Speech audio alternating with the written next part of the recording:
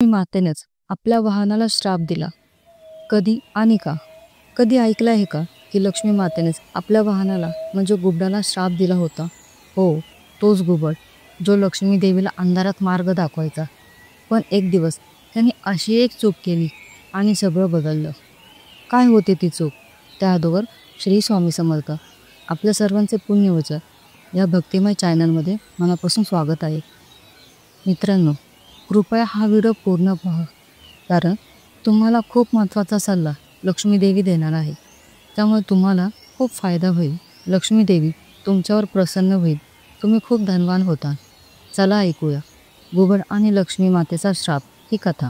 एके दिवशी लक्ष्मी माता आणि त्यांचे वाहन घुबड म्हणजे उल्लू पृथ्वीचे भ्रमण करत होते. सृष्टीच्या वेगवेगळ्या भागांना आशीर्वाद देत होते. भक्तांच्या घरी समाधान देत होते. ते दोघे एका घनदाट जंगलात पोचले. उल्लूक एक बुद्धिमान पक्षी होता, पण त्याला खूप गर्व होता.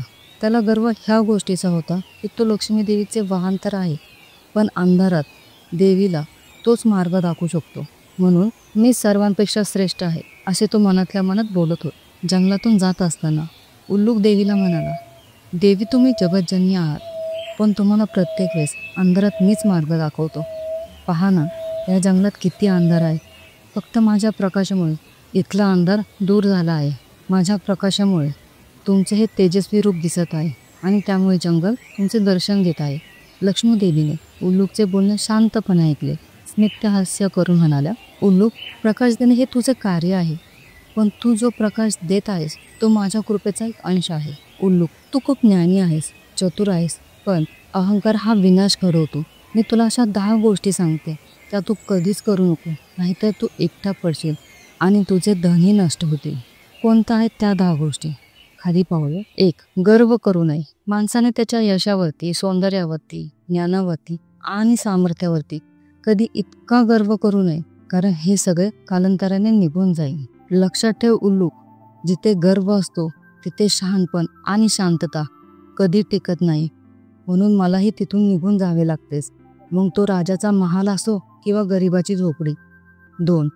जे मिळाले ते डाफरू नको, त्याच्याबद्दल कृतज्ञता ठेवा. आयुष्यात जे काही मिळाले आहे ना, मग त्या गोष्टी मोठ्या असतील किंवा छोट्या असतील, त्याचा अपमान करू नकोस, त्याला तुच्छ लेखू नकोस, त्याच्याकडे दुर्लक्ष करू नकोस. तुला जे मिळालं आहे ते दुसऱ्या कोणासाठी एक स्वप्नासारखे असते. एखादी छोटीशी नोकरी आहे तरी आपण म्हणतो या नोकरीमध्ये काय भविष्य घडणार आहे, पण त्याच नोकरीसाठी कोणीतरी दुसरा अर्ज करत असतो. 3. दुसऱ्यांच्या घरात डोकू नकोस. बरेचदा लोकांना दुसऱ्यांच्या खाजगी आयुष्यात काय चालले आहे, ते कोठे जातात, काय करतात यावर बारीक लक्ष ठेवून असतं. पण लक्षात ठेवा, प्रत्येकाचं आयुष्य हे वेगळं असतं आणि जे नेहमी डोळ्यांना दिसते ते खरे असेल असे नाही, कारण प्रत्येक हसणाऱ्या चेहऱ्या पाठीमागे दुःख लपलेले असते. 4. निंदा करणे टाळा, कारण लक्ष्मी शांततेतच नांदते. दुसऱ्याची निंदा करणे, टीका करणे आणि वाद करणे हे नेहमी टाळावे, कारण लक्ष्मी देवी फक्त शांत आणि प्रेमळ ठिकाणीच वास करते. 5.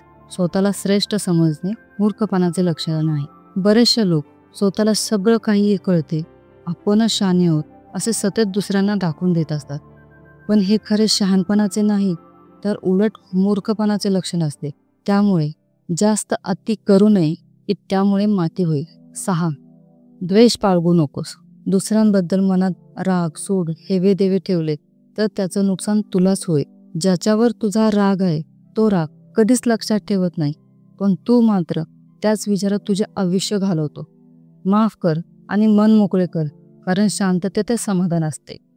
7. सत्य लपू नकोस, ते उघडे पडतेच. सत्य कितीही लपवले, दाबले आणि झाकून ठेवले ना, तरी ते कधी ना कधी बाहेर येतेच. म्हणून सुरुवातीपासूनच प्रामाणिक राहणे केव्हाही चांगले. 8.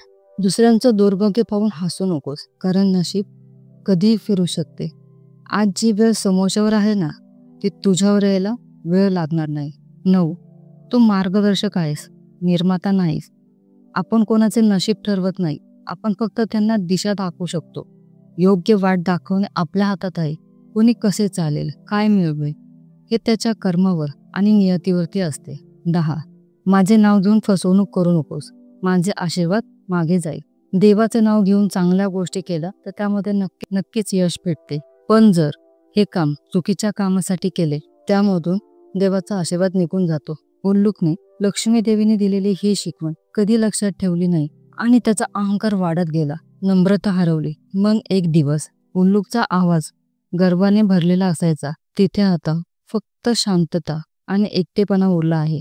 लोक म्हणतात लक्ष्मी देवीने त्याचे मुख बंद केले. खरं तर त्याने स्वतःच आपले मार्ग बंद केला होता. धन मिळाले पण नम्रता हरवली तर लक्ष्मी देवी तिथे थांबत नाही. कारण जिथे अहंकार असतो तिथून समृद्धी निघून जाते. व्हिडिओ आवडल्यास चॅनलला लाईक, शेअर आणि कमेंट करायला विसरू नका. तोपर्यंत श्री स्वामी समर्थ.